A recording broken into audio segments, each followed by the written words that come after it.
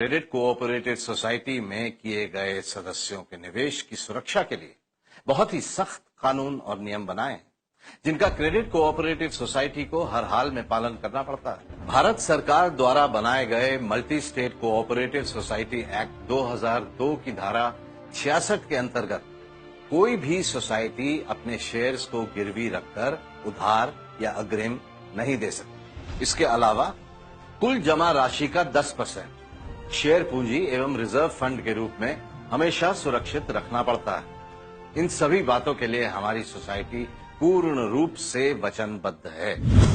मगर अजीत भाई, ये क्रेडिट कोऑपरेटिव सोसाइटी असल में है क्या? ये एक ऐसा संगठन जो माली परेशानियों में घिरे आम इंसानों को उन्नति के अच्छे मौके देकर उन्हें खुशहाल बनाना चाहता है। लेकिन हमारी ये सोसाइटी बाकी कंपनियों से काफी अलग है। जैसे रिलायंस, टाटा स्टील, इन सब कंपनियों में मालिकाना अधिकार सिर्फ कुछ दौलतमंदों के हाथों में होते। वहां आप नौकरी कर सकते हैं लेकिन मालिक कभी नहीं बन सकते, जबकि इस सोसाइटी में आप उपभोक्ता तो होते ही हैं और साथ ही साथ इसमें होने वाले मुनाफे के बराबर हिस्सेदार भी होते हैं। जी हाँ, क्रेडिट कोऑपरेटिव सोसाइटी का ढांचा ही कुछ इस तरह का है कि इस पर कोई भी पूंजीपति कब्जा नहीं कर सकता और न ही कोई इसे विरासत के रूप में किसी के नाम कर सकता है। ये संगठन पूरी तरह डेमोक्रेटिक सिस्टम से चलता है। यहां हर 5 साल के बाद इलेक्शन होता है जिसके जरिए अलग अलग ओहदों के लिए ओहदेदारों का चुनाव किया जाता है। इस संगठन के कारोबार में सोसाइटी के सदस्य बराबर के मालिक होते हैं। सभी सदस्यों को उनकी जमा राशि के हिसाब से मुनाफा डिविडेंड के रूप में दिया जाता है। यहाँ एक और बात बहुत ही खास आपको बता दूं, खुद बैंकों के कर्मचारी भी आपस में मिलजुल कर एक क्रेडिट कोऑपरेटिव सोसाइटी चलाते हैं और उसे अपने भविष्य के लिए बचत का एक बहुत ही सुरक्षित माध्यम मानते हैं। क्या यह कोई सरकारी संगठन है? सहकारी नियमों के अंतर्गत हमारी सोसाइटी को सरकारी अनुमति भी हासिल है, लेकिन यहाँ पर यह जान लेना भी जरूरी है कि जिस किसी सोसाइटी का कार्य क्षेत्र एक राज्य तक सीमित होता है, उस सोसाइटी पर उस राज्य के अधिनियम लागू होते हैं और जिस सोसाइटी का कार्य क्षेत्र एक से अधिक राज्यों में फैला हुआ है, उस पर multi state cooperative society act 2002 लागू होता है और जिस राज्य में कोऑपरेटिव सोसाइटी एक्ट नहीं होता, वहां सेंट्रल गवर्नमेंट का सेंट्रल कोऑपरेटिव सोसाइटी एक्ट 1912 लागू होता है। अरे वाह, तब तो ये सोसाइटी एकदम लीगल है। जी हाँ, लख बाकायदा भारत सरकार के कृषि मंत्रालय द्वारा पंजीकृत हुई है। पंजीकरण के समय रजिस्ट्रार द्वारा बताए गए उप नियमों तथा समय समय पर रजिस्ट्रार द्वारा किए गए संशोधन के तहत ही ऐसी सोसाइटी को काम करना पड़ता है।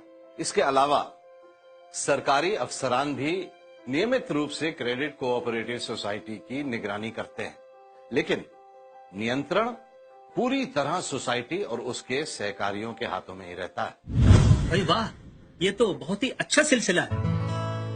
बात तो समझ में आ रही है, पर एक सवाल है, क्या दूसरे बैंकों की तरह इस सोसाइटी ने भी आरबीआई का लाइसेंस लिया है?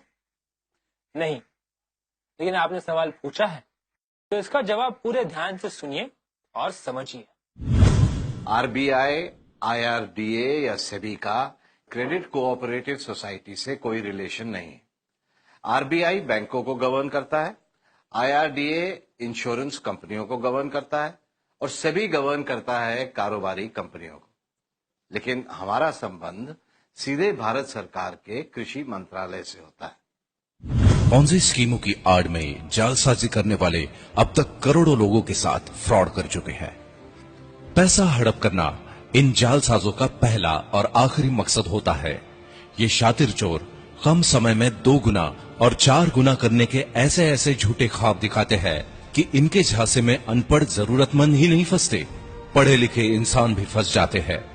ऐसे ही फर्जीवाड़ों पर अंकुश लगाने तथा इनके बारे में प्रत्येक नागरिक को सचेत करने के लिए भारत सरकार ने RBI, IRDA, SEBI, NHB, PFRDA, ROCS, CRCS, राज्यों के home department, finance department, law department तथा पुलिस डिपार्टमेंट को संगठित करके बनाई है एक कमेटी, एसएलसीसी यानी स्टेट लेवल कोऑर्डिनेशन कमेटी। जिसने हाल ही में गूगल पर लॉन्च की है वेबसाइट सचेत। इस वेबसाइट द्वारा एक तरफ आप आरबीआई और सेबी के माध्यम से देश में होने वाली आर्थिक उपलब्धियों के बारे में जान पाएंगे, दूसरी तरफ फर्जीवाड़े करने वालों की असलियत से भी बखूबी परिचित हो जाएंगे।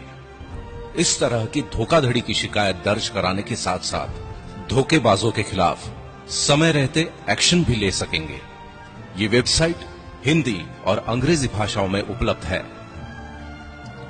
हम आरबीआई और उनके सहयोगियों के शुक्रगुजार हैं कि उन्होंने ये कारामद वेबसाइट सचेत लॉन्च की।